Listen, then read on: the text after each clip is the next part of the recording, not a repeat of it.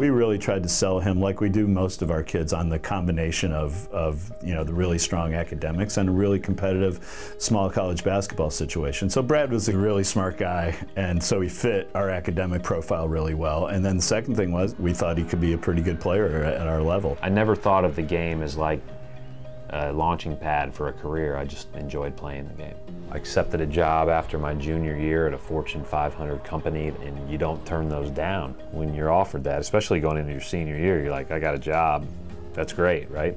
I had the job at Eli Lilly, and that summer before working, I worked Butler's basketball camps. That was probably the first time I started thinking about coaching, was when I was a senior in college. Whatever he was doing at Eli Lilly, which is a fabulous company here in Indiana, it wasn't ringing his bell, and so he decided to try something else. So I started looking at potential jobs to go to, or I could volunteer at Butler, start a graduate school program, and try to make ends meet by, you know, working as a waiter. He landed here in a highly sought after volunteer position. I say that tongue in cheek.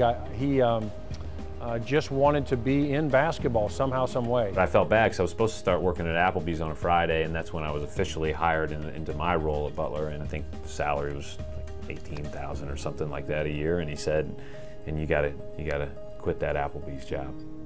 You won't have time to do that.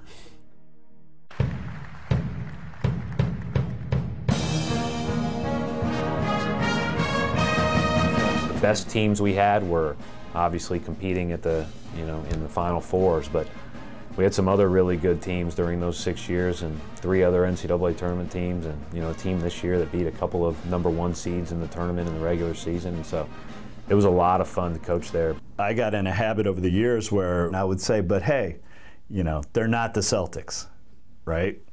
And then when Stevens got the job, I'm like, hey, you know, they are the Celtics, for God's sake. You got to take that job, right?